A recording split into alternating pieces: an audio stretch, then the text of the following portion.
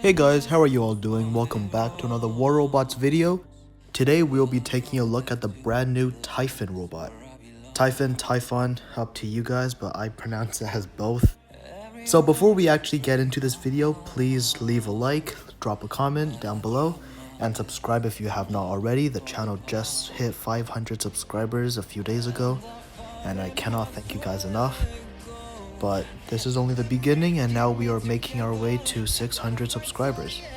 So make sure you subscribe, hit the bell notification icon if you haven't already, and let's talk about the Typhon. So, this is the newest robot added into the game, and it's interesting. The Typhon has 4 medium weapons, making it a very deadly robot. As you can see here, I have 4 atomizers equipped, and the ability is Blackout version 2. So you can see here, I just basically screwed that guy up, and I call this spot the Disruptor because the ability Blackout 2.0 basically allows you to block the enemy from using their active module ability, and on top of that, they get suppression and lockdown. So if you thought Blackout from the Cerberus was strong and annoying, this one's gonna mess you up real bad. Now the Typhon itself is decently fast, I like the speed, and the pilot skill. There is a legendary pilot to this robot called Lewis Stunkin, which basically allows you to take a crashing last stand, essentially.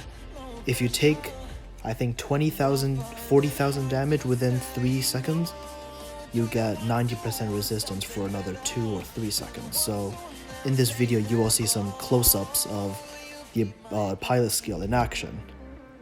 And I will go further into all that as the video goes on. The Typhon does have a built-in aegis shield, which is basically an unpenetratable shield, and it's very useful because this shield is actually an improved version of the aegis shield. So it's designed in a way that robots actually can't fire into your shield. They're forced to break it first because the radius of the effect is much smaller, so it only protects your bot and only yourself.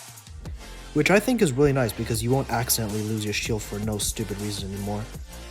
So this Leo's going into phase shift, and then I could lock him completely, block his modules, and he can't do anything. And you can see the 4 atomizers tearing into it. So I do have the active module jump equipped. I do have the jumping active module equipped for better angles, and so I could escape better if I get into a bad position. But I suppose you could try phase shift, healing modules, and all that too. I just think that the jump is more fun. So I disabled this player, he cannot do anything about it, and the 4 atomizers just completely tear it up. So now you can see here the pilot skill actually ticking in after I received a bit too much damage, so that saved my bot a bit there. Honestly, from my experience, I really don't think that this pilot is necessary. You could grab an Adrian if you want, etc., but it's really not that necessary. Like half the time I don't even notice the ability helping me much. I kind of just trust it. Like I would be recording the Typhon, and then after that I'd have to look at it 2-3 times before I notice, oh look, the pilot skill actually triggered, so I don't really notice it in battle. So here it's activating again, so you can see it's significantly reducing the damage that I'm taking.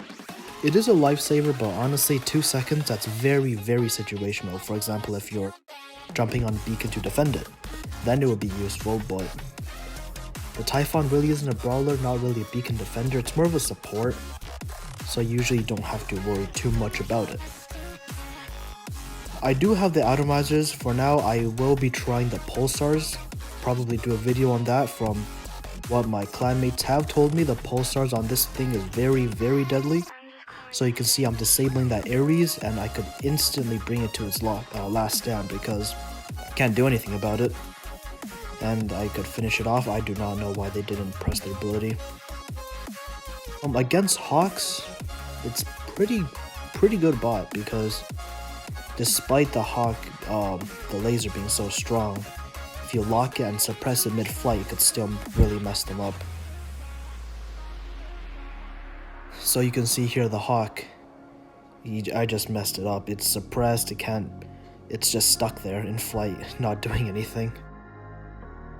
The Typhon, the main problem with this spot is the fact that Kyle Rogers on the Hawk and anti-control completely block the ability. So if someone has the anti-control module, it completely nullifies the ability of the Typhon, which I think is pretty stupid, but it is what it is. And then of course physical shields block it.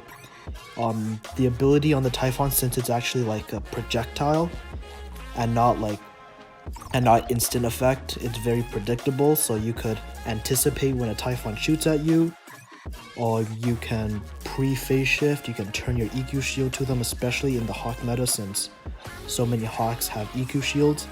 Kyle Rogers, and of course the anti-control module itself just completely destroys it. And then the shell is coming out with the physical shield, which basically makes a Typhon completely useless.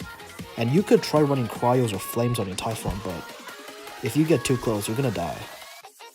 So this Ares, despite him already activating his ability, I could still lock and suppress him.